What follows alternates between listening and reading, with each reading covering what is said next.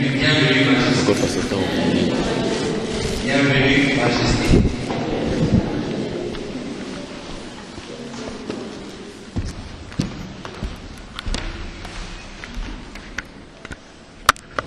Alléluia. Nous bénissons le Seigneur pour tout ce qu'il fait au milieu de nous. Aujourd'hui, je vais aborder un nouveau thème. Dis à ton voisin un nouveau thème. Un nouveau thème. Avec ce thème, je te garantis que tu ne courras plus derrière les frères et sœurs. Non. Tu vas vraiment rester au pied du Seigneur et chercher ce que Dieu a dit à ton sujet. Alléluia. Vous savez, c'est l'histoire d'une vase dans un musée à Londres. C'est une histoire vraie. Il y avait un vase dans le musée à Londres. C'était un vase qui était en pierre précieuse. Le gardien du musée ne comprenait pas. Il a laissé place à un fou. Le fou est rentré dans le musée. Et lui, quelques minutes d'inattention, le fou a tiré le vase et le vase est tombé. Le vase s'est cassé. Alors on a appelé le directeur du musée.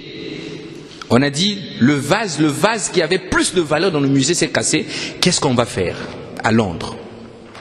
Les employés du musée commençaient à dire au directeur, prenons le vase, ramassons le vase, gardons les débris et tôt ou tard, on aura le temps de jeter ça ou de conserver ça dans un endroit cassé. Alors le directeur du musée a dit, je n'agirai pas comme ça. Je vais appeler des experts. Dis à ton voisin les experts. Je vais appeler les experts. Et il a appelé un expert qui est arrivé pour réparer le vase. L'expert est venu, il a pris chaque morceau, il a pris de son temps, il a réparé le vase qui était cassé. Il a redonné à ce vase plus de valeur que ce vase n'avait avant. Et ils ont mis ça dans une vitrine. Et ça coûtait énormément cher. Et sur la vitrine où ils avaient mis le vase, ils ont affiché l'histoire de ce vase.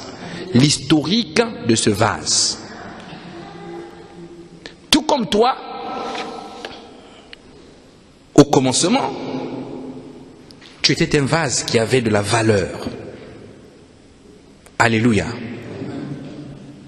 Mais après la chute, tu as perdu cette valeur. Il a fallu qu'on aille chercher le véritable, celui qui correspondait, l'architecte qui avait la capacité de redonner de la valeur à ce vase. Le péché t'a brisé, le péché t'a fatigué, le péché t'a cassé, le péché t'a sali et t'a fait perdre la valeur que tu avais. Mais quand l'architecte est arrivé, il a refaçonné le vase. Et il t'a donné une valeur plus excellente que celle que tu avais avant. Alléluia. Est-ce que tu peux acclamer pour le chef-d'œuvre de Dieu que tu es? Alléluia. Je vais aborder donc une série aujourd'hui qui s'intitule « La promesse de Dieu ». Dis à ton voisin la promesse de Dieu. La promesse de Dieu. La promesse de Dieu. Quelqu'un me dirait, pourquoi la promesse? Vous savez, lorsqu'on te promet quelque chose, tu te mets généralement en attente. Tu te dis, quand est-ce que la promesse va s'accomplir? Aujourd'hui, beaucoup de chrétiens, parmi nous, nous cherchons des promesses. D'autres disent, je vais consulter tel frère, telle sœur. Lui, comme il est un peu connecté, qui me dise un peu, l'ainsi dit le Seigneur à mon sujet. Qu'est-ce que le Dieu l'a dit à mon sujet? Aujourd'hui, nombreux parmi nous, enfants de Dieu, nous courons après les promesses. On veut savoir qu'est-ce que Dieu a dit à notre sujet. Alléluia. C'est quoi véritablement la promesse? Je parle de la promesse de Dieu.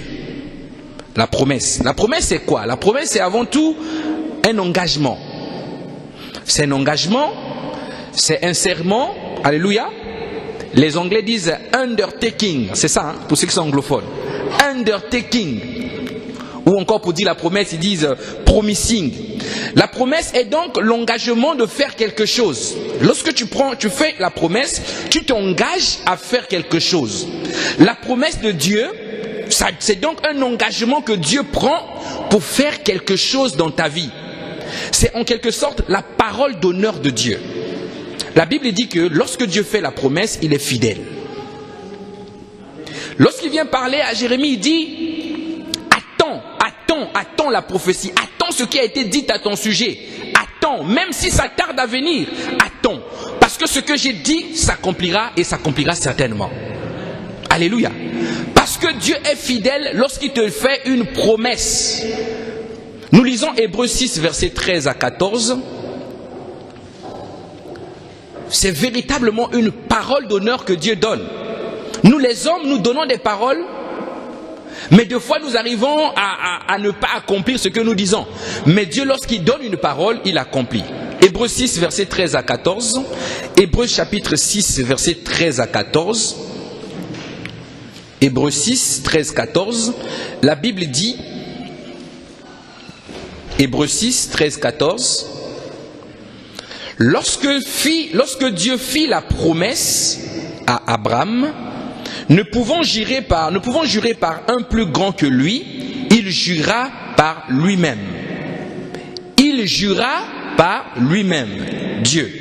Il dit, certainement je te bénirai et je multiplierai ta postérité. C'est le Seigneur qui parle à Abraham. Il dit certainement. Donc il dit à Abraham, ne doute pas, moi je vais le faire, certainement. Abraham ne comprenait pas quelle était cette promesse-là que Dieu pouvait lui faire. Comment un homme qui n'a pas d'enfant, qui a une femme qui est stérile, Dieu vient lui dire que moi, l'Éternel, je multiplierai ta postérité. Et puis au lieu de s'arrêter même à 2 enfants, non, il dit ta postérité sera grande comme les étoiles dans le ciel. Alléluia. La promesse de Dieu. La promesse, les Grecs viennent ajouter quelque chose lorsqu'ils parlent de la promesse et ils appellent la promesse par un mot qu'ils appellent epagielo. Epagielo, ça veut dire que la promesse c'est quelque chose qui est volontaire. Vous comprenez? La promesse vient d'une volonté. Donc la promesse est un engagement volontaire. Ça veut dire quoi? Ça veut dire que lorsque Dieu s'engage avec toi, c'est volontairement qu'il le fait. Volontairement qu'il te dit, je te bénirai, je ferai de toi ceci, tu seras cela. Il le fait volontairement. Qu'est-ce que je veux dire par là? Je veux dire que Dieu ne va pas te promettre quelque chose parce que tu aurais dit, Seigneur, promets-moi que je serai. Dieu ne va pas te donner parce que tu as crié, tu dis, Seigneur, fais de moi un grand pasteur. Non, la promesse est volontaire. Ça ne dépend pas de ce que toi tu veux, mais ça dépend de ce que Dieu veut pour toi. Amen. Donc, ne dis pas, ne cours pas après un serviteur de Dieu, un bishop, un archibishop. Dis-moi ce que Dieu dit. Tu n'as pas parlé, Dieu n'a pas parlé, tu viens me voir. Aujourd'hui, je vais repartir comme ça. Dis-moi au moins quelque chose. Bien-aimé, ça, c'est ce qu'on appelle la voyance. C'est le même principe. Je viens, je te dis, dis-moi un peu, regarde un peu ma tête là, impose-moi la main, dis-moi ce que Dieu dit. Voilà pourquoi, à cause de cette manière de faire, beaucoup ont loupé leur destinée, beaucoup ont raté leur destinée. Pourquoi? Parce que on va te donner quelquefois des promesses qui ne viennent pas de Dieu, mais qui viennent de l'homme. C'est ainsi que beaucoup se sont mariés par prophétie. Le mariage est prophétique. Alléluia. Ce n'était pas l'homme de ta vie, mais tu as déclaré l'ainsi dit l'Éternel. Et le pasteur avait un petit de confiance, il a collé son petit derrière. Et tu t'es marié parce que tu as cherché l'ainsi dit le Seigneur. Et on voit beaucoup de ministères basés maintenant sur des prophéties humaines. Des messages des ainsi dit l'Éternel humains. Et là, ça a créé beaucoup de relations. Ok. Des hommes accèdent au ministère maintenant par relation. Tu me connais, je te connais, je viens devant tout le monde, je t'impose les mains, je donne une prophétie, pas, après tu deviens pasteur, tu montes sur l'estrade. Non, le ministère est un appel. Le ministère est une promesse. Alléluia. Dis-moi amen. Autrefois, on consultait les prophètes. C'est biblique. Amen. les gens partaient voir les prophètes. Ils disaient aux prophètes, dis-moi, d'autres ont même perdu des biens. Ils sont partis consulter les prophètes pour que les prophètes leur disent exactement où se trouvaient leurs biens. C'est biblique. Mais ça, c'était autrefois. Dis à ton voisin, autrefois. Autrefois. Donc actuellement, ce n'est plus autrefois, mais actuellement, c'est exactement pareil. Aujourd'hui, ceux qui ont le ministère prophétique, ok, c'est le Saint-Esprit qui parle au travers d'eux. Mais c'est toujours volontaire, ça vient toujours de la volonté de Dieu. Ça sera toujours une promesse qui est volontaire. Mais la question est, comment Dieu nous parle-t-il? Comment Dieu procède pour nous faire des promesses? Ou encore, quelle est la manière, quel est l'instrument que Dieu utilise pour nous ramener des promesses? Alléluia. Actuellement, Dieu a un seul ou une seule manière de faire, alléluia, pour nous ramener les promesses. Ce qu'il a promis pour nous. Il a une seule façon. La Bible dit une seule façon. Puisque en parlant, la Bible parle de autrefois, après la Bible dit maintenant. C'est-à-dire on distingue bien les temps. Donc ne va pas aller chercher un gourou qui est assis comme ça avec une église que lui-même il a créée par son cerveau. Il va commencer à te donner quelquefois des messages commerciaux. Il sait que toi, s'il donne des messages, il donne. Une fois que tu es rempli, tu vas ouvrir tes poches. Tu vas te faire exploiter pour rien. Actuellement, Dieu nous parle d'une seule manière. Lisons la Bible, Hébreux chapitre 1, versets 1 à 3. Hébreux 1, versets 1 à 3. Hébreux chapitre 1, versets 1 à 3. L'Épître aux Hébreux, chapitre 1, versets 1 à 3. La Bible dit, je lis dans la version Louis II, la Bible dit, après avoir autrefois, à plusieurs reprises et de plusieurs manières, parlé à nos pères par les prophètes. Vous voyez? Il a parlé à nos pères par les prophètes. Donc il a utilisé les prophètes pour parler à nos pères. Amen. La Bible dit, dans ces derniers temps, donc maintenant, dans ces derniers temps, il nous a parlé par le Fils. Dis à ton voisin, par le Fils. Par le Fils. Qu'il a établi héritier de toutes choses, par lequel il a aussi créé le monde, verset 3, et qui étant le reflet de sa gloire et l'empreinte de sa personne. Le reflet de sa gloire et l'empreinte de sa personne. Au fait, la Bible est en train de nous dire que le Fils de Dieu, Jésus-Christ, lorsque tu le voyais, il reflétait la gloire de Dieu. Et la Bible dit qu'il est l'empreinte de la personne de Dieu. Ça veut dire que ton empreinte, c'est toi. Sur la terre, vous n'êtes pas deux à posséder ton empreinte. Même ton frère n'a pas ton empreinte. Ton empreinte, c'est toi-même. Donc ce passage vient nous dire que Dieu nous parle maintenant par Dieu. Dis-moi Amen. Dieu nous parle par Dieu. Alléluia. Donc autrefois, il a utilisé les prophètes. Maintenant, il nous parle par Dieu. Il dit, étant le reflet de sa gloire et l'empreinte de sa personne, et soutenant toutes choses par sa parole puissante, a fait la purification des péchés et s'est assis à la droite de la majesté divine dans les lieux très hauts. Autrefois, Dieu parlait par les prophètes. Alléluia. La parole de l'Éternel fut adressée à Jérémie. La Bible dit, va et dis à Anania, ainsi parle l'Éternel, tu as brisé un joug du bois et tu auras à sa place un joug de fer. Jérémie 28, versets 12 à 13. Donc Dieu se sert aussi, il se servait des prophètes autrefois pour parler. C'est dans la Bible. Mais sauf que maintenant, il ne parle qu'à travers le Fils. À travers le Fils. Autrement dit, il se sert de Jésus pour te communiquer l'ensemble des promesses qu'il a. Mais la réalité est que Jésus n'est plus sur la terre. Jésus est au ciel. Est-ce que Dieu a changé de langage? Absolument non. Absolument non. Il n'a pas changé de langage. Il parle toujours à travers son Fils. Il passera toujours par le Fils. Donc le Fils, c'est qui? C'est la parole. La promesse, c'est la parole. Dis à ton voisin la parole. La promesse, c'est la parole. Dans le livre de 1 Jean chapitre 1, Jean 1 chapitre 1, Jean chapitre 1 verset 1 plutôt, la Bible dit « Au commencement était la parole, et la parole était avec Dieu, et la parole était Dieu. » Alléluia. Au commencement était la parole était avec Dieu, et la parole était Dieu. Au verset 14, la Bible dit « Et la parole a été faite chair, elle habitait parmi nous, pleine de grâce et de vérité. » Nous avons contemplé sa gloire, une gloire comme la gloire venant du Fils unique, venu du Père. Alléluia. Dans Apocalypse 19, la Bible dit que il était revêtu d'un vêtement teint de sang, et son nom est la parole. Son nom est la parole. Donc Jésus-Christ représente la parole donnée de Dieu pour toi. Alléluia. Donc en Jésus-Christ, tu trouves l'ensemble des promesses de Dieu qui ont été faites à ton sujet. Dis-moi la promesse. Dis bien la promesse. Maintenant, comment Jésus fait pour parler aux hommes? Comment il fait pour nous donner les promesses que Dieu avait déjà préparées pour nous?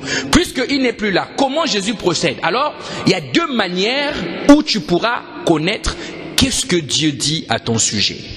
Il y a deux manières.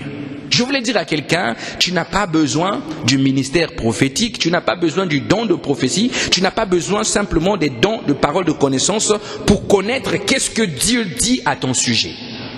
Dis-moi Amen. Dis Amen bien. Amen. Donc il y a deux manières. La première manière de trouver les promesses de Dieu, tout part de la parole. La première manière, c'est par ce qu'on appelle la parole écrite. La parole écrite. Et la deuxième manière, c'est la parole révélée. Mais dans tous les cas, c'est toujours la parole. Alléluia. Donc les promesses sont écrites dans le livre que tu tiens dans tes mains, la Bible. La Bible contient beaucoup de promesses. Mais le problème avec nous, l'Église, le corps de Christ, c'est que nous pensons que la Bible est un livre d'histoire. On parle de la Genèse, l'histoire d'Abraham, l'histoire de Moïse. Depuis l'école du dimanche, on a commencé à nous enseigner ça comme des histoires. Moïse a séparé la mer en deux, la mer Rouge, comme des histoires. La Bible, ce n'est pas un livre d'histoire, mais c'est un recueil historique qui porte la vie. Alléluia. Donc, l'ainsi dit l'Éternel là, te concernant, tu le trouveras dans la Bible que tu traînes chez toi tous les jours. Donc, prends le soin d'ouvrir la Bible et d'aller lire ce que Dieu dit à ton sujet. Alléluia. C'est ainsi qu'en lisant la Bible, si tu as compris, tu deviendras le premier prophète de ta vie. Dis-moi Amen. Alors je pensais que tu allais acclamer ça, mais lorsque je vois... La Bible va parler de ton héritage. La Bible va parler de ton espérance. La Bible va te dire tout ce que Dieu a promis pour toi. Amen. Nous allons lire un passage qui est rempli de promesses. Un passage de l'Ancien Testament. On va aller doucement. Et vous allez voir que dans la Bible même, il y a beaucoup de promesses qui nous concernent. Il y a beaucoup de promesses. Deutéronome chapitre 28. Deutéronome chapitre 28, versets 1 à 13. Deutéronome 28, versets 1 à 13. Deutéronome 28, versets 1 à 13.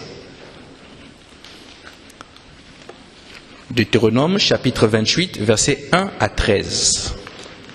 Nous allons aller doucement et vous allez découvrir, nous allons découvrir ensemble quelles sont les promesses que Dieu nous a faites dans sa parole. La Bible dit, si tu obéis à la voix de l'Éternel ton Dieu, en observant et en mettant en pratique tous ces commandements que je te prescris aujourd'hui, dis à ton voisin aujourd'hui, l'Éternel ton Dieu te donnera la supériorité sur toutes les nations de la terre. C'est-à-dire que là, l'Éternel est en train de dire que le fait que tu obéisses à mes commandements, moi je ferai de toi le supérieur sur la terre.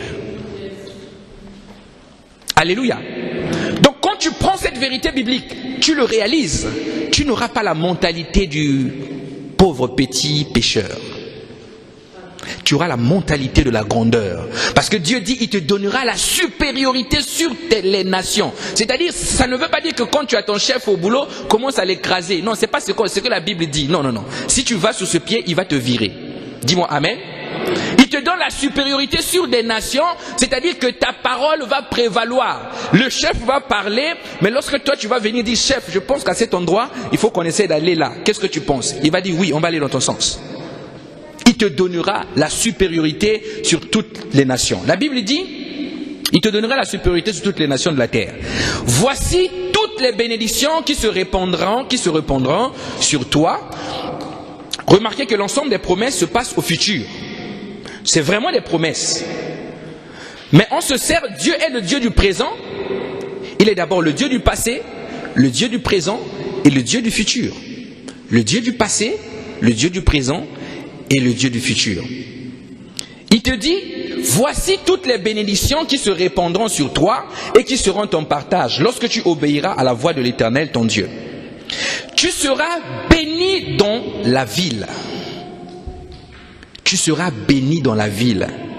C'est-à-dire, les hommes seront étonnés de voir comment le Seigneur est en train de remplir tes greniers de mou. Alléluia. Donc, lorsque tu réalises cette promesse, il faut que tu sois équipé de ce qu'on appelle la mentalité de la promesse. Parce que la promesse est accompagnée d'un esprit de la promesse. Dis à ton voisin l'esprit de la promesse. Donc lorsque tu ouvres ta parole, lorsque tu vas lire que tu seras béni, ça veut dire que tu es béni. Il faut que tu aies la mentalité de quelqu'un qui est béni pour saisir cette bénédiction qui est déjà à ta portée. Alléluia. Alors ça sera différent. Celui qui va le découvrir dans la parole, comme quoi tu es béni, il va peut-être prendre ça à la légère. Mais si seulement un pasteur t'impose les mains, il dit, je vois que tu es béni, Dieu me dit qu'il te bénira. Là, tu vas voir, tu sortiras ici de joie. Mais c'est la même promesse.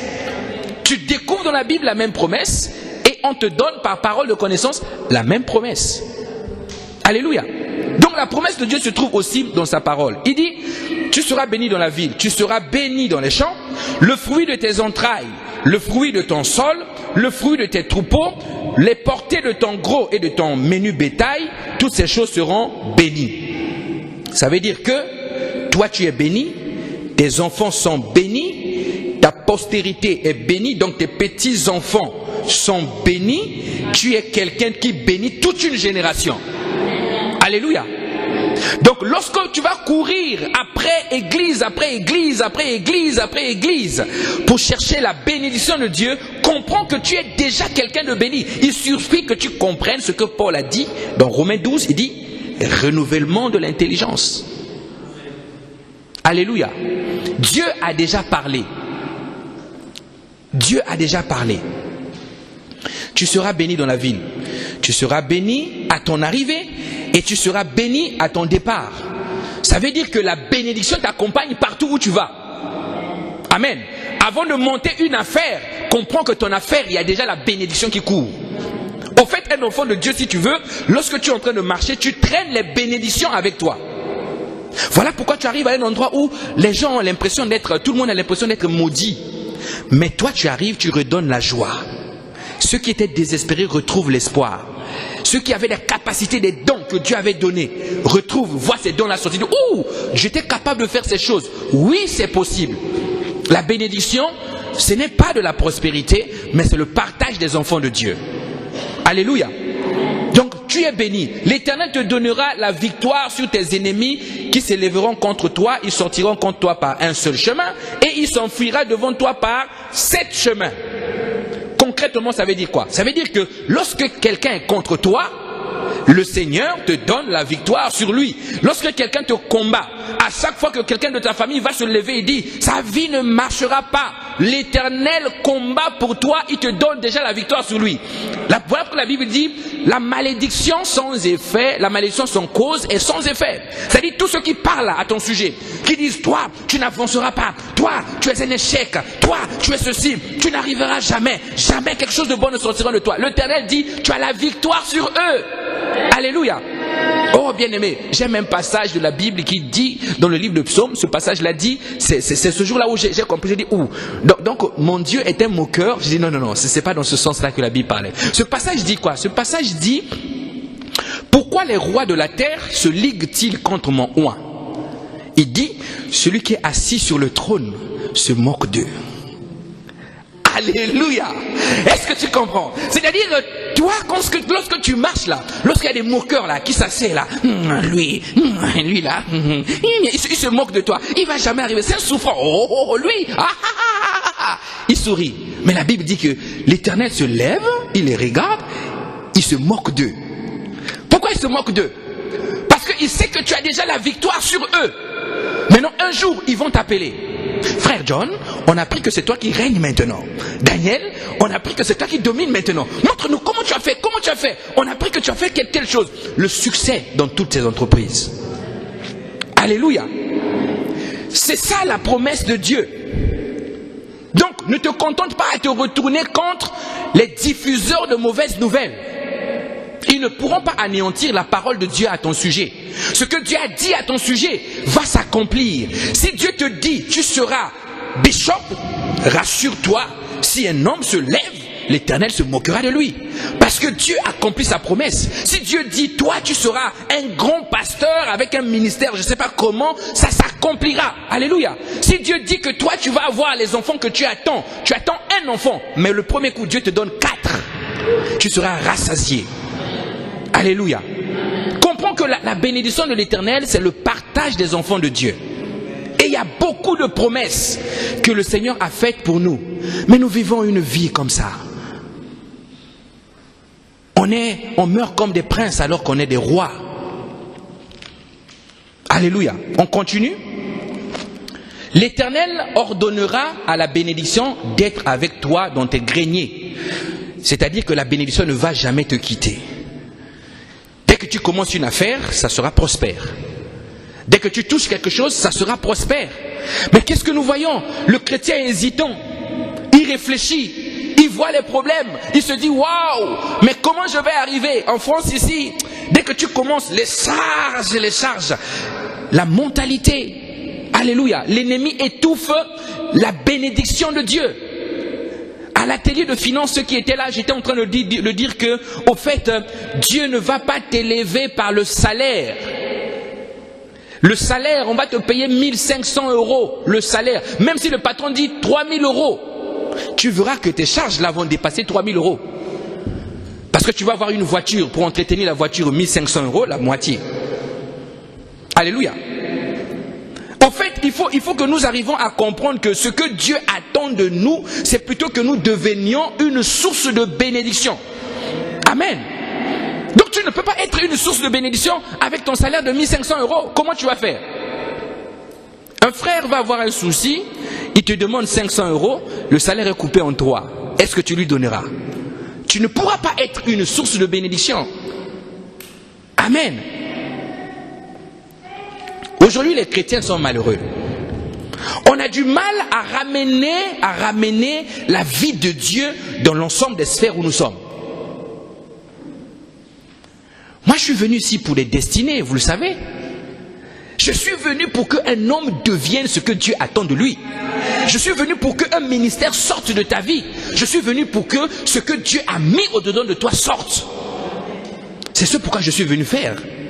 C'est ce pourquoi je travaille.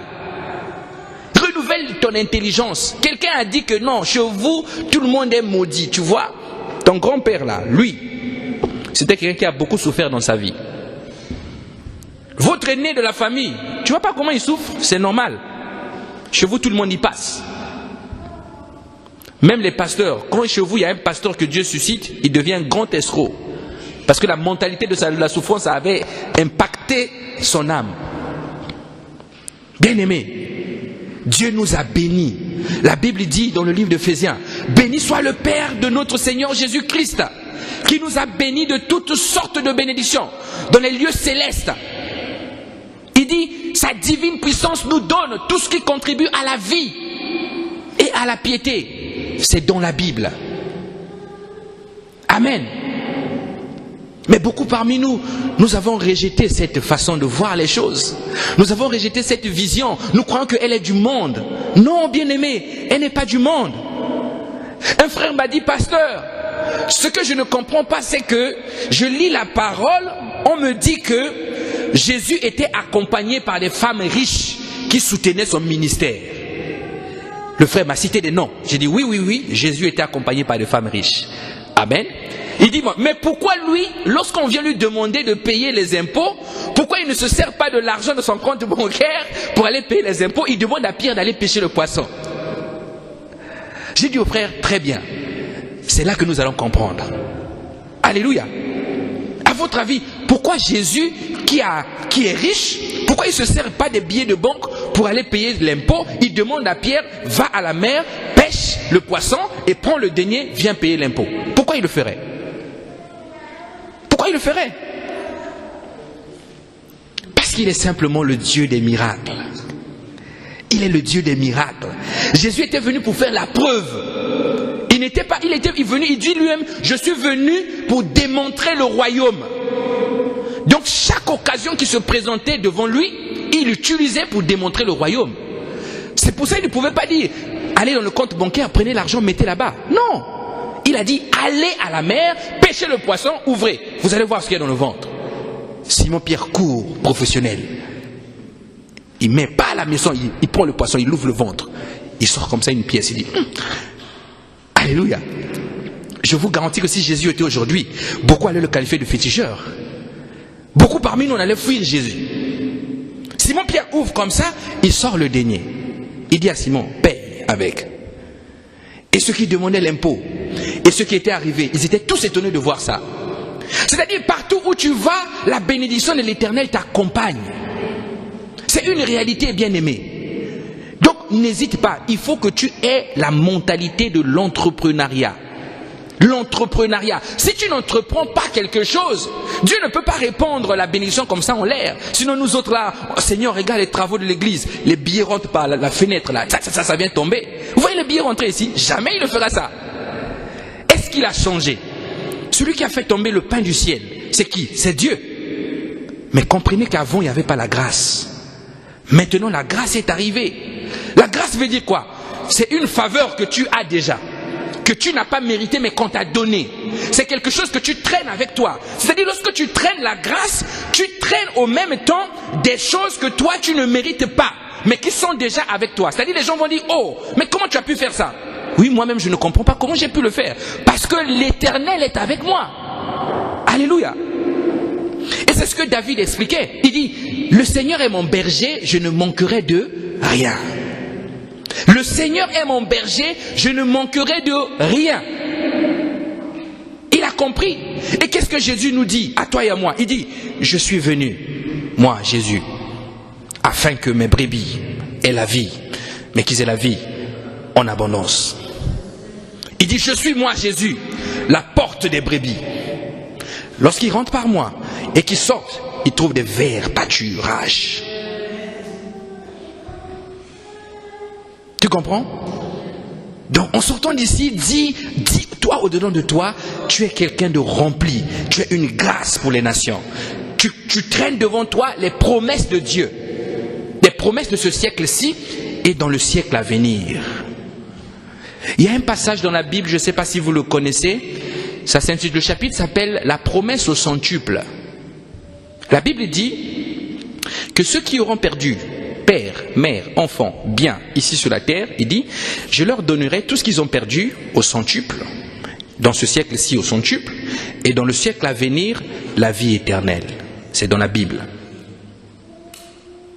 Donc celui qui vous a dit, pour être un bon chrétien, il faut attirer la grâce de la pauvreté, il vous a trompé. Jésus ne manquait de rien. Jésus n'était pas un mendiant. Mais parce qu'il était la promesse, il avait compris toutes les promesses que Dieu avait dites à son sujet. Bien aimé, il y a beaucoup de choses que l'Éternel a dites à son sujet. Quand tu es malade, quand tu pleures, il dit, par tes meurtrissures, par mes meurtrissures, tu as été guéri. Quand tu galères là, tu mets les mains comme ça, il te manque 1 centime. Tu mets les mains, il te manque 1 centime. Tu te bouton. à la place de l'argent. Alléluia. Alléluia. Non, ce matin, Dieu veut nous parler. Tu mets la main comme ça, tu vas acheter la baguette bouton. Tu dis, ah, monsieur, excusez-moi, rangez seulement le pain. Qu'est-ce que tu fais? Est-ce que tu rentres à la maison en étant triste? Ou tu te dis, bon, la prochaine fois, je vais avoir le pain? Parce que le pain vient de la terre. Alléluia. Donc, la Bible, la parole de Dieu comporte beaucoup de promesses que l'Éternel a préparées d'avance pour toi. Lorsque tu sortiras ton bouton de la poche, il te dit, moi je suis Jésus. J'étais riche, mais je me suis appauvri afin que toi tu sois enrichi. C'est le même Jésus. Hein? Alléluia. Choisis donc le Jésus que toi tu veux servir. Si tu veux servir le Jésus totalement, prends le Jésus qui enlève le péché du monde, prends le Jésus qui bénit et qui élève. Parce que pour faire le ministère, tu as besoin de ça. Si on fait culte spécial pour remplir les gens de la pauvreté ici, je pense que personne ne passera devant pour qu'on lui impose les mains. Culte de malédiction. Rentrez maintenant, on va maudire. Si tu as un salaire, si tu as un travail, on va prier pour que ton patron te vire. Pour que tu n'aies plus de salaire. Qui va venir ici? Personne, bien-aimé. Même ceux qui prêchent. Dans l'église, on ne parle pas de la bénédiction, c'est la prospérité. C'est les mêmes qui vont voir le frère dans le couloir. Frère, j'ai vu que tu donnes pas ta dîme. Hein? Pourquoi? Alléluia. Le ministère demande la bénédiction de l'Éternel. La Bible te promet beaucoup de grâce. Et je sais qu'à la MCA, le Havre, beaucoup de gens vont avoir des entreprises ici. Même si tu n'es pas d'accord, le Seigneur va le faire. Alléluia. On ne peut pas traîner les paralytiques, mais on va leur donner des béquilles. Après les béquilles, ils vont comprendre qu'on marche comme ça, on ravit le béquille. Après, ils commencent à marcher avec leurs pieds. Alléluia. C'est ce que nous allons faire ici, au Havre. Mais nous allons devoir travailler comme une équipe. Et vous allez voir comment nous allons saisir la promesse de Dieu. Nous allons saisir les promesses de Dieu. Dieu te promet d'être un grand pasteur. Bravo. C'est bien le ministère pastoral. Tout le temps tu passes devant, tu as le micro devant les gens t'écoutent. Bravo. Mais quand tu rentres, cela n'empêche pas quand on voit des factures. Tu vas payer ça par la parole. Tu vas dire à l'huissier de justice, monsieur, au commencement était la parole. Mon ami, on va te mettre à l'hôpital psychiatrique. Hein? Alléluia.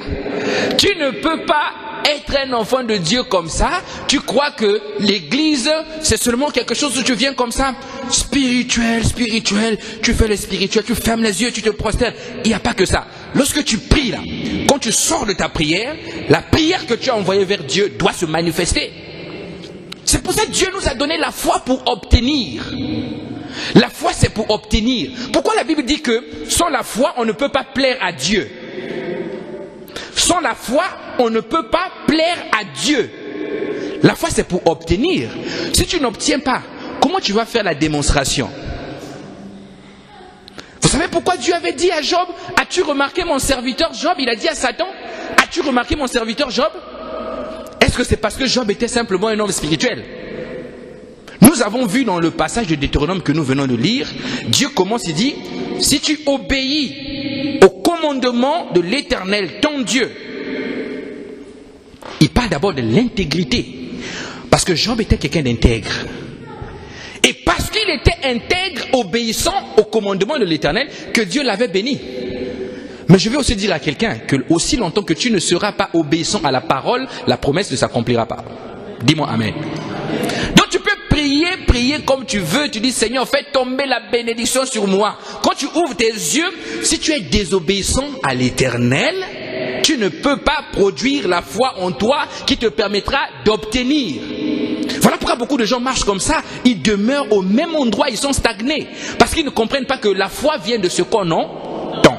Ce qu'on entend vient de la parole de... C'est tout. Donc l'obéissance à la parole va te ramener la foi. La foi va te permettre d'obtenir. Voilà pourquoi il y a des hommes intègres, bien-aimés. Je connais des assemblées où on fait 4 mois pour compter les dîmes et les offrandes. Alléluia. Le culte, c'est l'équivalent de 6 stades. Un culte. 6 stades. Les dîmes et les offrandes, on ramène des bennes. Vous voyez les camions des bennes là? On met la benne, on charge, on remplit. Ils s'en vont. C'est la magie? Non, nous sommes là pour démontrer le royaume. Alléluia. C'est ça le royaume de Dieu. C'est la démonstration de puissance. C'est l'accomplissement des promesses de Dieu. Tu sais pourquoi la volonté de Dieu est que ces promesses s'accomplissent dans ta vie? C'est une façon pour toi de faire briller ta lumière.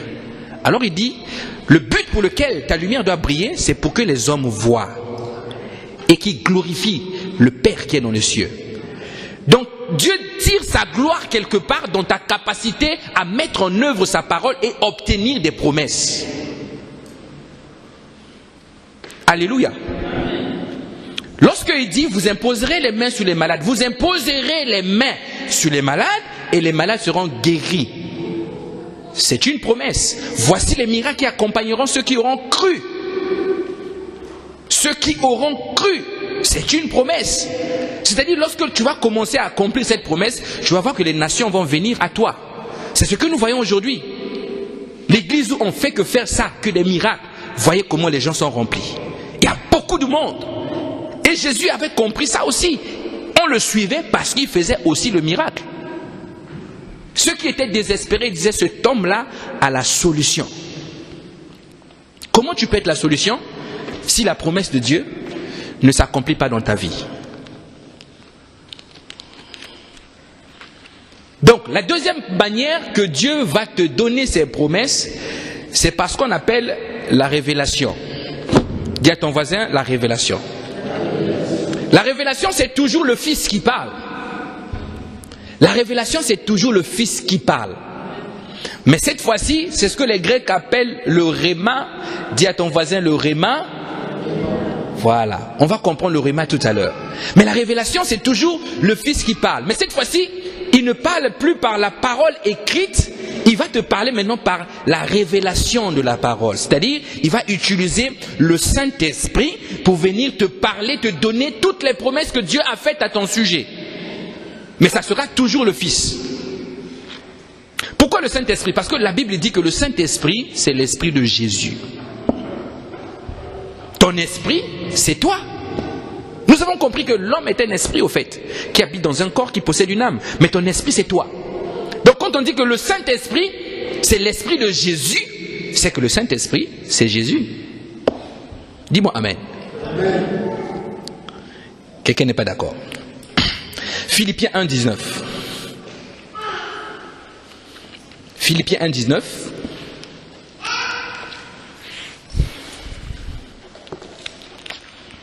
Oh, j'aime la parole. Échange de vie et nous convainc. Philippiens 1, 19. La Bible dit,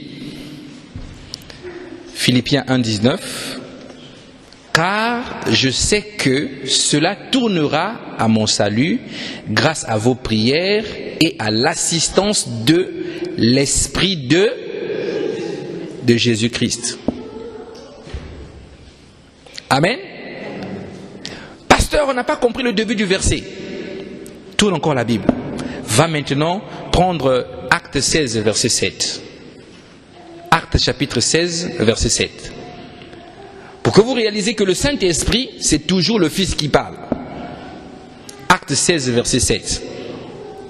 La Bible dit, Acte 16, 7, arrivé près de la Mysie, ils se disposaient à entrer en Bithanie. Mais l'Esprit de Jésus ne leur permit pas. L'Esprit de Jésus. Donc le Saint-Esprit, c'est toujours le Fils qui vient te communiquer une révélation de la parole. Dis-moi Amen. Maintenant, le Fils, comment il procède? Par révélation de la parole, en utilisant son esprit. Comment il procède? Il utilise ce qu'on appelle les dons spirituels. Les dons spirituels. Alléluia. C'est-à-dire, Jésus va parler par l'expression des dons spirituels qu'il a mis en toi. Il va utiliser le don de prophétie et il va l'accentuer chez nos bien-aimés qu'on appelle aujourd'hui prophètes. Ils ont le don de prophétie accentué. Mais cela ne veut pas dire que toi, tu n'as pas le don de prophétie. Le Saint-Esprit en toi n'est pas à moitié. Il n'a pas l'oreille, n'est pas... Non, il a 2 oreilles s'il a des oreilles. Donc, il va utiliser les dons spirituels. Soit il va utiliser le don de prophétie, soit il va utiliser le don de parole de connaissance. Alléluia. Et Jésus va commencer à te parler des promesses de Dieu à travers ce chemin-là. S'il n'utilise pas les dons spirituels, le Saint-Esprit va t'ouvrir une porte et tu vas voir. C'est ce qu'on appelle la vision.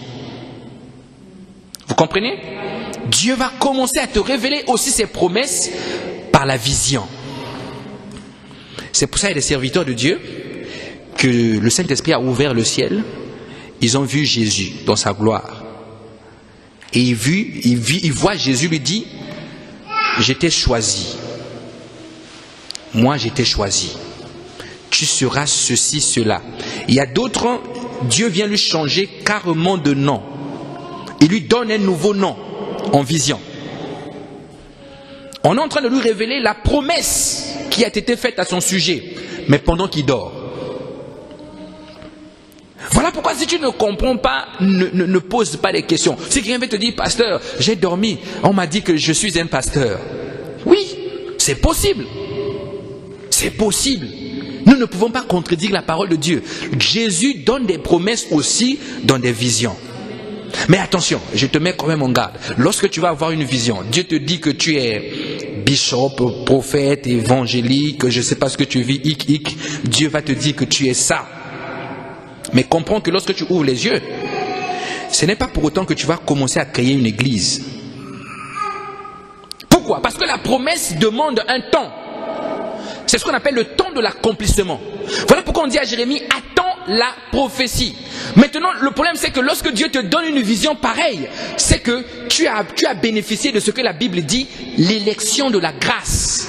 L'élection de la grâce. C'est quoi l'élection de la grâce? L'élection de la grâce est différente de la grâce. La Bible parle d'élection de la grâce. C'est-à-dire, dans la grâce, il y a des gens qui ont été élus. Il y a des gens qui ont été appelés. Il y a des gens qui ont été sélectionnés. C'est-à-dire, le conseil du royaume des cieux s'est rassemblé. Ils ont dit, nous choisissons le frère Tichik.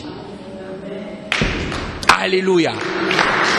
Donc, comprends que, alléluia, lorsque tu reçois une mission divine, c'est quelque chose qui vient de Dieu. Et aucun homme ne pourra l'arrêter. Aucun homme ne pourra l'arrêter. C'est cette manière aussi que Jésus va venir nous parler. Il parle aussi par des songes. Il parle par des songes. Il peut te parler, mais pendant que tu ne dors pas. En plein jour, il te parle. Alléluia. Je profite de l'occasion pour vous informer que quand j'ai eu la vision pour le Havre, j'étais assis au salon sur mon canapé. Amen. Il te donne un léger sommeil, tu pars en sommeil. Et là, il te montre quelque chose. Lorsque tu dis, je comprends pas. Tu ouvres les yeux, tu vois ton journal. BFM TV. Après, tu restes pendant quelques moments. Il te montre encore les détails que tu n'as pas compris. Il te révèle la promesse à travers des visions. Alléluia. Donc, lorsque je disais qu'il ouvre, le Saint-Esprit va t'ouvrir une vitrine et tu vas voir Jésus. Quelquefois, d'autres vont voir même Jésus apparaître dans leur chambre. Mon ami, je peux te dire que le jour où Dieu va descendre dans ta chambre, je ne sais pas si ta chambre là sera encore ta chambre. Parce que tu vas voir des murs seront en cristal, tu vas toucher les murs, tu ne vas pas comprendre. Parce que la gloire de Dieu, vous savez, Ésaïe a dit, moi j'ai pas vu, Je n'ai pas vu ces choses-là. J'ai juste vu quelqu'un, mais la robe a rempli la maison. Mais lorsque la robe avait rempli la maison, simplement lorsqu'il parlait, la fumée remplissait la maison. Maintenant, viens me dire que Dieu est venu chez moi, il m'a salué, il m'a dit bonjour. Mon ami, je peux te dire que le jour où tu vas voir Dieu, Moïse a vu juste une représentation, il a vieilli d'un coup.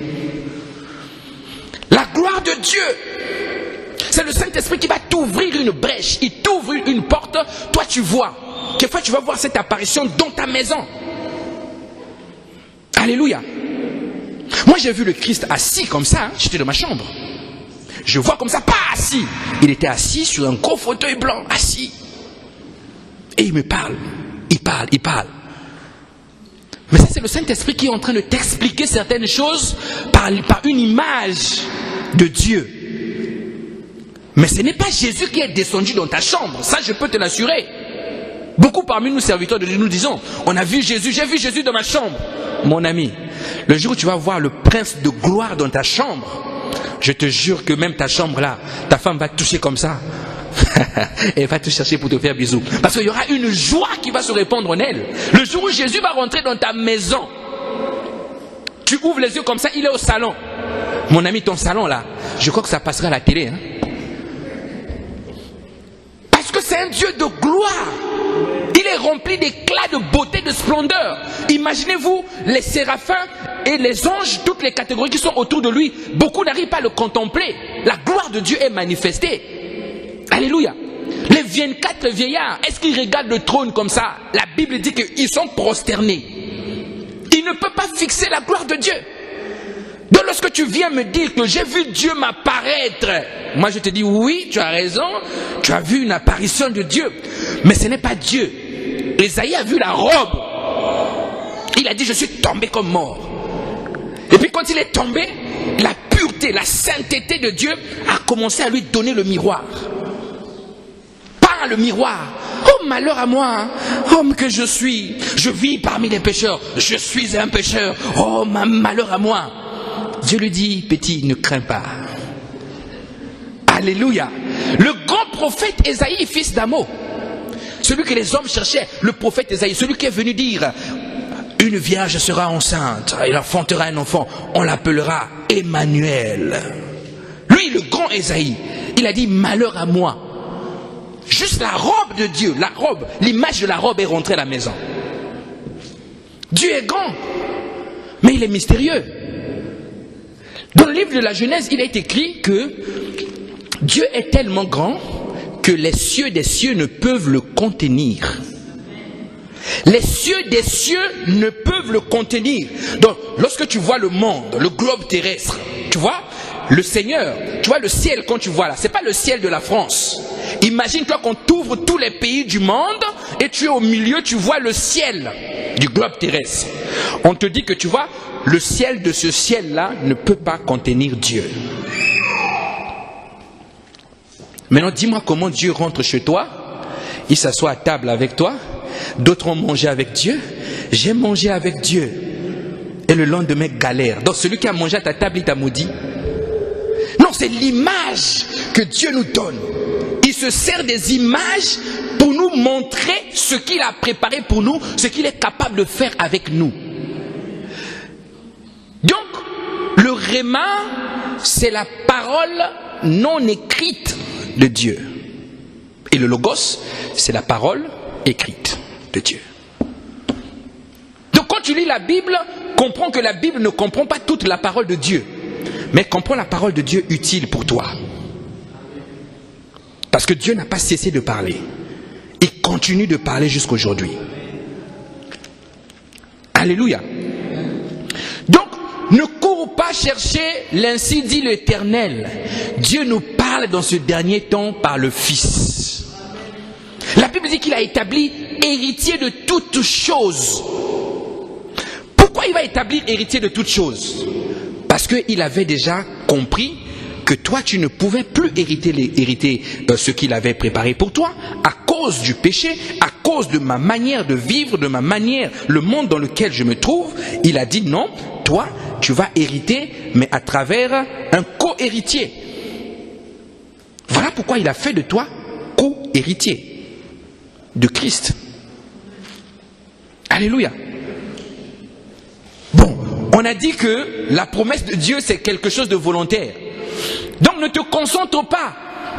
Ne rentre pas chez toi, tu montes, tu as fait bien ton lit, tu dis aujourd'hui je dois voir Dieu. Tu te concentres dans le sommeil. Tu attends la vision. La vision ne viendra pas parce que tu t'es concentré, mon ami. Dis-moi Amen. Il y en a qui ont dit, oh, mais je ne comprends pas. Mais pourquoi lui, Dieu lui parle comme ça? Moi, depuis que je suis là, Dieu n'arrive pas à me parler. Mais lui, il a beaucoup de songes, lui. Il a beaucoup de visions. Mais il y a un problème. Le problème, c'est que Dieu ne choisit pas qui il va parler. Dieu voit là où ça lui plaît et il vient, il parle. Alléluia.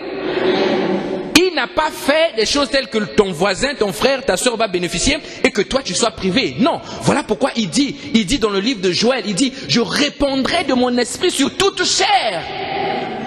Vos fils et vos filles auront des visions. Vos vieillards, tout ce monde là, ils prophétiseront. On m'a vu dans le bureau ce matin. Pasteur, moi je ne crois pas que une femme, ce matin, une femme peut devenir pasteur. Tu crois que c'est possible? Je lui ai dit, toi tu es qui? Je suis une femme. Ok. Qu'est-ce qui fait de toi une femme? Mon corps? Je dis, oui, ton corps, tu as compris. Parle fort ton corps. La Bible dit, mon peuple périt parce qu'il lui manque la connaissance. Je dis, parle fort ton corps. Il a dit, mon corps. J'ai dit, sois rassuré, c'est véritablement ton corps. Et toi tu es qui? Tu dis ton corps. Ton corps. Tu mets ton. Donc c'est quelque chose qui est à toi. Maintenant, toi, tu es qui? Un esprit? J'ai dit, ah, là tu as compris des choses. Bon, dis-moi comment. Et moi, je suis qui? Un esprit. Qu'est-ce qui nous différencie? Nos corps. J'ai dit, voilà. Tu as commencé à comprendre. Maintenant, au-dedans de toi, c'est qui? C'est quoi? L'esprit. Dis-moi. Nous sommes l'épouse de qui? Nous avons tous un époux. Tu le connais? Oui, Christ. Mais pourquoi moi je suis un homme? Je veux avoir un époux. Est-ce que moi je suis penché? Alléluia. Donc on utilise simplement des choses naturelles pour comprendre la révélation de la parole. Au fait, elle a réalisé qu'au fait, ce n'est pas le corps. Donc si tu es une femme, tu peux être pasteur. Si tu es une femme, tu peux être apôtre. Si tu es une femme, tu peux être évangéliste. Si tu es une femme, tu peux avoir l'ensemble des dons spirituels. Alléluia. Nous sommes tous des créatures de Dieu et nous sommes devenus enfants de Dieu par la grâce. Nous sommes tous co-héritiers. La Bible ne dit pas que les femmes ne sont pas co-héritiers, c'est que les hommes. C'est une vision de la dictature. Pourquoi Dieu va se priver? Dieu va se priver du nombre d'esprits qu'il a mis sur la terre à cause de toi, de ton regard sur le corps de la femme. Dieu se sert des femmes. Il se sert des hommes. Jésus était entouré par des femmes. Beaucoup de femmes. Alléluia. Oh, je vais parler à une femme ce matin. Comprends la révélation de la parole. Vous voyez, dans la chambre haute, le jour où ils attendaient la promesse. Dis à ton voisin la promesse. Il y avait beaucoup plus de femmes que d'hommes. Il y avait beaucoup plus de femmes que d'hommes dans la chambre haute. Ça veut dire quoi? Ça veut dire que ce jour-là, le jour où le Saint-Esprit est venu, le Saint-Esprit est rentré dans beaucoup plus de femmes que d'hommes. Ça veut dire que, au commencement, lorsque le Saint-Esprit est venu sur la terre, il y a beaucoup de femmes qui ont reçu le Saint-Esprit et il y avait peu d'hommes qui avaient reçu le Saint-Esprit. Je comprends qu'un homme soit dictateur et dit, toi tu es une femme, tais-toi dans l'assemblée. Alléluia. Je comprends ça. Mais comprenez, lisez la Bible dans le contexte. Vous savez, la Bible porte la culture hébraïque. La Bible comporte et saupoudrée des traditions juives. Vous connaissez ces choses? Quand tu rentres, frappe à la porte. Lorsqu'on ne te reçoit pas, secoue les pieds. Est-ce qu'aujourd'hui tu secoues les pieds? Non. Agriculture. Jésus vient et dit le joug. Il dit prenez mon joug, il est léger. Le joug c'est quoi? C'est un instrument agricole qu'on mettait dans la tête des animaux. S'il était trop lourd, ça pouvait tuer l'animal. Jésus explique en prenant l'expression joug. Donc la Bible que tu vois là, apprends à lire la Bible dans un contexte donné. On vous dit lettre de Paul à Corinthe. Quand vous lisez ces lettres-là, vous allez voir que ça commence par une adresse. Paul, apôtre de Jésus-Christ. Qui? Expéditeur. Aux saints qui sont à l'église de Corinthe. Qui? Destinataire, église de Corinthe. Que la paix et la grâce soient avec vous. Quoi? Salutation. C'est une lettre. Alléluia. Tu ne vas pas écrire à quelqu'un une lettre s'il n'y a pas de problème. Donc lorsque l'apôtre Paul écrit une lettre à Corinthe, ça veut dire qu'à Corinthe il y avait un problème. Et tant que bon père, l'apôtre Paul a profité pour conseiller, parce qu'il y avait une situation qui se passait en ce moment-là dans l'église. Dans l'église. Les femmes des serviteurs, ceux qui avaient des maris qui passaient devant, lorsque le mari faisait le service, elles se levaient, commençaient à parler sur les problèmes de la maison, ah, maman, les enfants, et tout, comment on fait, dans l'église. C'est pour ça que Paul prend le stylo, il dit, cette pagaille-là, comme je suis au courant, je vais leur écrire. Il écrit. Maintenant, les dictateurs, ennemis du ministère des femmes, se sont levés, ils ont dit, les femmes, taisez-vous dans l'assemblée, c'est biblique. Moi, je te dis qu'ici, il y aura des femmes pasteurs, il y aura des femmes prophètes, il y aura des femmes évangélistes, il y aura des femmes qui vont annoncer l'évangile. Les femmes de destinée vont sortir ici. Alléluia. D'autres vont dire, ah, nous sommes des assemblées de... Tu vois, ça c'est la doctrine, vérifiez la doctrine. Mais nous ne sommes pas de la doctrine. Nous ne sommes pas venus pour apporter la religion de plus. Nous sommes là pour poursuivre la relation avec Dieu. Dieu est dans la femme, Dieu est dans l'homme, Dieu est dans le fils, Dieu est dans le père, Dieu est dans l'arrière-grand-père. Il est partout. Alléluia. Et il est le même Dieu. Toi qui es marié, commence à valoriser la femme qui est à côté de toi. Eh oui. Commence à valoriser la femme qui est à côté de toi. Donc les visions, c'est aussi le partage des femmes. La culture a fait que non. Lorsqu'une femme commence à parler, on dit, tais-toi, ton mari est là. Tu reçois la vision comme ça. Dieu te donne de parler. Il te dit, parle à mon peuple. Lui te regarde et te dit, calme-toi. Il y a des hommes. Alléluia. Ce jour-là, moi je vais te dire, sois un peu rebelle, ma soeur. Amen. C'est comme ça que beaucoup parmi nous les hommes, nous avons des problèmes. Tu ne peux pas étouffer une onction que Dieu a mis dans la vie de ta femme. Tu ne peux pas l'étouffer. Et nous sommes bénis par les femmes. Nous sommes bénis par les femmes. Eh oui, à la croix, quand Jésus était crucifié, il y avait combien d'hommes? Même les Simon-Pierre, ils se cachaient. Seigneur, je serai fidèle. Il se cache. Mais les femmes étaient là en train de pleurer. Jésus a dit, femme. Voilà, il n'a pas dit, homme, arrêtez de pleurer. Il veut les premières places, mais c'est les mêmes qui fuient. Voilà pourquoi Dieu a privé l'homme du pouvoir de bâtir. Le foyer là, c'est la femme qui bâtit. La Bible dit la femme sage bâtit sa maison. L'homme est là, pourquoi elle va bâtir alors que le chef est là? Pourquoi il va bâtir? Vous comprenez? Donc ne te vois pas inférieur parce que tu es une femme. Le Saint-Esprit, ton Saint-Esprit, s'il est vert, il est aussi vert en moi. C'est le même Saint-Esprit. Alléluia. Voilà, c'est ce que nous allons faire ici au Havre. Vous allez voir les femmes se lever, prophétiser, parler au nom de Dieu, annoncer l'évangile, passionner dans la rue du Havre, à Bon-Gaillard, ils vont se lever. Partout, ils vont se lever, les femmes vont se lever. La saison est arrivée. Ils vont recevoir des visions, des songes. Dieu va leur montrer des plans de l'ennemi. Il va dire, regardez, l'ennemi est là, tournez dans ce sens. Hommes, si nous ne faisons pas attention, hommes frères, nous allons commencer à suivre les sœurs ici là. Ça, je vous le dis. Mais regardez dans les assemblées, dans les églises, il y a beaucoup plus de femmes que d'hommes. Prenons le nombre où nous sommes, faisons un peu le compte. Comptabilisez, vous allez voir. Il y a beaucoup plus de sœurs que de frères. Donc si on considère que c'est comme ça dans toutes les églises, donc je peux dire que le Saint-Esprit est répandu au travers beaucoup de femmes que d'hommes. Dis-moi Amen. Dis-moi Amen. Je crois qu'un homme va dire, ma chérie, si tu es pasteur, moi aussi je devenais pasteur. Non! Alléluia! Le ministère, ce n'est pas l'hérédité. Ce n'est pas parce que je suis pasteur que mon fils est pasteur.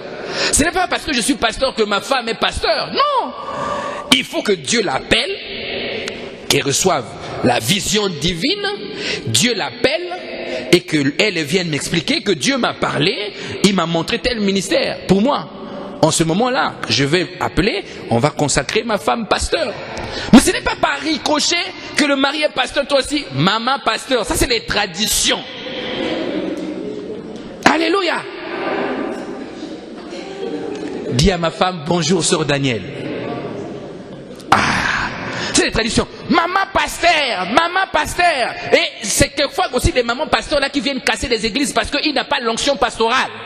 Il n'a pas le manteau, mais il va péter l'église. Et ça, c'est les fidèles qui font ça. Vous donnez un manteau à quelqu'un qui n'a pas ce manteau. Comment vous allez faire? Vous exposez la personne et vous exposez l'église de Dieu. Dieu l'a pas travaillé. Dieu a changé son mari. Elle jouit de la grâce. Dieu l'a pas choisi, mais Dieu l'a regardé. Il a élevé un homme à ses côtés et elle marche à côté de ces hommes, de cet homme. Mais son caractère quelquefois n'est pas encore changé. Quelquefois son caractère n'est pas encore transformé. Mais vous allez l'élever à une dimension où elle va monter et puis un beau jour, elle va tout casser, vous casser tout. Alléluia. Bon, on bénit Dieu quand même pour les femmes des pasteurs parce qu'elles font aussi un grand boulot. Alléluia. Est-ce que tu peux acclamer pour une femme de pasteur ce matin? Alléluia. C'est quelqu'un qui m'a ramené ici et dormait au volant. Moi j'étais à côté comme un chef. Elles font aussi du boulot. Dis-moi Amen. Mais Dieu fait toutes choses bonnes en son temps. Donc les ministères, on ne se précipite pas dessus. Tu reçois un appel de Dieu, tu reçois une promesse de Dieu, attends l'accomplissement. Prends le soin, laisse Dieu te façonner, te préparer un caractère pour l'accomplissement de sa promesse. Dieu s'il te dit que tu seras un chef d'entreprise, aussi longtemps que tu es orgueilleux, tu ne verras pas cette entreprise va naître. Parce que tout part de l'obéissance et tu traverses par un chemin qu'on appelle le désert et tu rentres dans la promesse. C'est pour ça Abraham on a dit, lève-toi et s'est levé. Quitte, précision, ta patrie, 1, ton pays, 2. Pour aller où? Dans un pays inconnu, désert. Et il marche avec des moutons. Il marche avec des moutons. Il ne sait pas où il est en train de partir. Mais Dieu lui dit, moi je vais multiplier ta postérité. La promesse. À un moment désespéré, Sarah a vu et dit, Abraham, ton Dieu là, je crois que cette fois-ci, il s'est un peu trompé. Hein? Parce que là, les entrailles là, hein? La ménopause là a dépassé. Tu vois, les hommes ont dit 60 ans, mais là, ça a dépassé là. Ça a pris encore des années supplémentaires. Ton Dieu là, je crois que cette fois-ci, il s'est trompé. Mais pour que la promesse s'accomplisse, tu vois, Abraham, tu es mon chéri, je t'aime beaucoup. Je sais que tu es un homme, tu m'as toujours été fidèle. Mais la promesse de Dieu là, je pense que cette saison, soit c'est toi qui as mal vu la vision, soit c'est... Amen. C'est toujours comme ça. Lorsque Dieu va te faire une promesse par la vision, les premières personnes qui vont douter, c'est ton entourage. Toujours. Lui, il est devenu pasteur. Ah! Arrête. Oh. Mais lui, il nous a dit que Dieu lui est apparu. Dieu lui a dit qu'il va devenir un pasteur. Qui lui, là? Ah! Si lui est pasteur, donc nous autres, là, on est de Jésus. Alléluia. C'est ton entourage qui va commencer d'abord à douter de la promesse que Dieu vient te faire. Même ta femme va douter. Hein? Elle encore, c'est vraiment pire. Deux fois, elle ne va pas te parler, mais elle va seulement rester calme. Elle va seulement entendre. Lui, il a dit. Voilà. Lorsqu'elle dit, derrière son hou là, il y a un gros non. Un esprit d'incrédulité. Dis-moi amen. C'est pour ça la vision ou la promesse de Dieu, lorsque Dieu parle à quelqu'un, généralement, vous êtes que deux, toi et Dieu. Il t'appelle, il te parle. Paul marche comme ça, bah, lumière, il tombe. Saul, Saul, Saul. Ceux qui étaient avec lui ne voyaient pas cette lumière. Mais c'est lui seul qui voyait cette lumière. Il était lui seul avec Jésus. Il a parlé, la lumière lui a parlé. Il dit, waouh, une lumière qui parle. J'étais choisi pour porter mon nom devant les nations. Quand il est parti, il est tombé aveugle, on l'a mis à la maison. Dieu est venu révéler, tu vois, il est venu révéler à Anania. Il dit, Anania, va là-bas. Il y a un homme là-bas, il s'appelle Saul. Je l'ai choisi pour porter mon nom devant les nations. Anania a ouvert les yeux. Il a dû se dire, c'est quel Saul? Celui-là. Vous voyez? L'homme doute toujours. Combien même Dieu vient lui révéler que non, lui, il est ceci. Mais lui, il doute. Il doute. Et c'est seulement lorsque Anania s'est levé, il est parti. Dès qu'il est rentré chez Paul, la Bible dit que la maison était Paul. Paul a recouvré la vue, les écailles sont tombées, il a retrouvé la vue. Donc Ananias est venu trouver un brigand transformé. Alléluia. Un brigand. Il dit pharisien, né d'hébreu, vraiment intelligent, un homme intègre. Il a été à l'école de Gamaliel, enseigné, érudit, instruit. Mais brigand. Mais lorsqu'il a rencontré Christ, Christ l'a transformé par une vision. Lorsqu'il a ouvert les yeux, les Anania, ils priaient, j'imagine, Anania avait la main comme ça, hein? La porte derrière. Parce qu'il dit que celui-là, c'est un lion qui dort. Alléluia. Alléluia. Mais Jésus est à la fois lion et agneau. Il a la possibilité de prendre le lion et de faire de lui l'agneau. Alléluia. Et lorsque les hommes te regardent, l'agneau, ils veulent te bousculer à cause de ta faiblesse, il fait de toi un lion. C'est ce qu'il a fait avec Paul. Donc lorsque quelqu'un vient te dire, pasteur, j'ai eu un songe, on m'a parlé, on m'a montré, j'étais en train de prêcher dans une église, et c'était moi le prédicateur, il y avait beaucoup de monde. Ne doute pas. Ne lui dis pas, donne pas la réponse des chrétiens où on dit à nos frères, c'est ton âme. C'est ton âme qui t'a parlé. Tu es sûr? Mon frère, n'écoute pas la voix de Satan. Hein? La voix de Satan, c'est la voix du doute. Voilà pourquoi tu dois choisir à qui tu vas aller confier ce genre de rêve. L'ensemble de vos visions ne sont pas à dire à tout le monde. Dieu est le Dieu de l'intimité. Il est le Dieu des intimes. Si vous voyez une église où l'ensemble des songes sont racontés, l'ensemble des visions sont racontées, Satan commence à opérer aussi par des songes et des visions. Une église où chaque nuit, tout le monde a fait un songe. Chaque nuit, tout le monde, Dieu lui a parlé. Dieu m'a dit, ah, toi aussi, ok, merci. Dieu m'a dit, ah, toi aussi, sois béni. Dieu m'a dit, hier à peine elle était en train d'insulter, ou il était en train d'insulter, le lendemain il te dit, Dieu m'a dit. Donc son Dieu là, vraiment, il parle hein? Satan a commencé aussi à parler, par les songes et par les visions. Mais non, sauf que, lorsque Dieu parle, il y a une différence. Il y a une certitude, il y a une conviction. Mais Satan, quand il va te donner la vision, tu auras l'impression que c'est... Comme si tu as compris, mais tu n'es pas sûr. Quand c'est comme ça, prie. Attends l'accomplissement de la promesse. Mais comme la promesse, avant qu'elle n'arrive, te fera traverser par l'épreuve, généralement, beaucoup ne voient pas la promesse s'accomplir à cause de leur manière de traverser le désert de l'épreuve. Dieu veut te forger un caractère, il veut te préparer, il veut te tailler. Il t'envoie un ami bizarre. Lui, c'est ton ami, mais c'est à la fois ton ennemi. C'est-à-dire, il est avec toi, dès que tu tournes le dos, des coups bas. Et lorsque tu veux le fuir, Dieu te crée une situation qui va faire à ce que tu auras toujours besoin de lui, tu dois toujours aller vers lui. Alléluia. Et tu commences à dire, non, vraiment, le Seigneur, je ne sais pas ce qui se passe. Hein? Pasteur, ces jours-ci, j'ai l'impression que toutes mes prières ne sont pas exaucées. Je prie, mais comme si rien ne se passe. Pasteur, ça dure, hein. J'ai fait beaucoup d'églises, on a prié pour moi, mais il n'y a rien qui se passe. Les temps de désert avant l'accomplissement de la promesse. Même la bénédiction de Dieu. Tu n'auras pas la bénédiction de Dieu si tu ne passes pas par l'épreuve.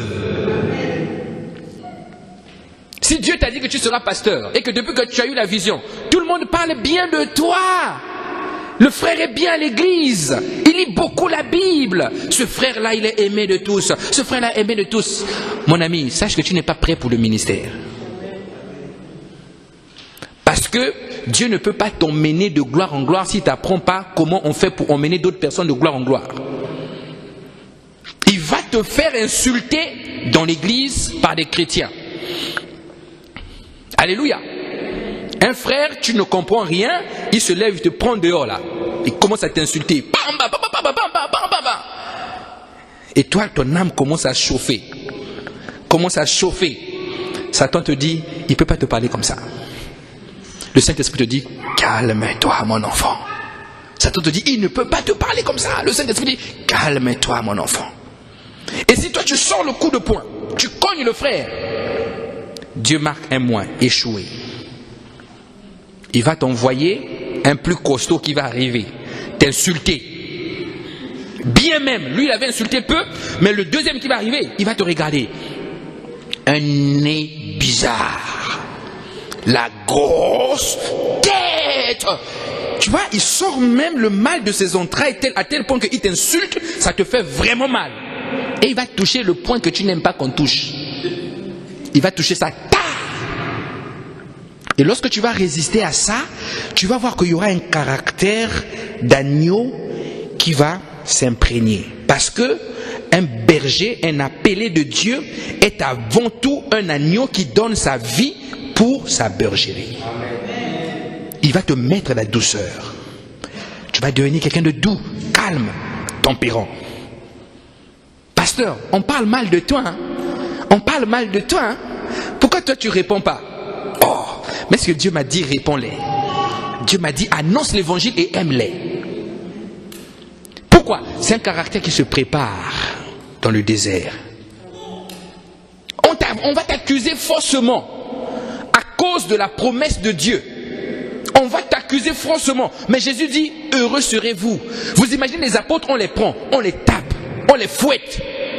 Mais les gars, ils sortent de là, ils chantent des louanges. Avec des blessures. C'est une folie. Aujourd'hui, là, on va juste te critiquer pour l'église. Tu vas réfléchir, tu vas diminuer tes fréquences de l'église. Hein? Toi, tu es comme une bonne sœur, toi. Hein? Avant, toi, tu deviens comme ça. Regarde comment tu es devenu. Tu commences à aller à l'église tout le temps. Quoi, tu as des problèmes? Parce que Dieu va te préparer un caractère avant de te donner un ministère.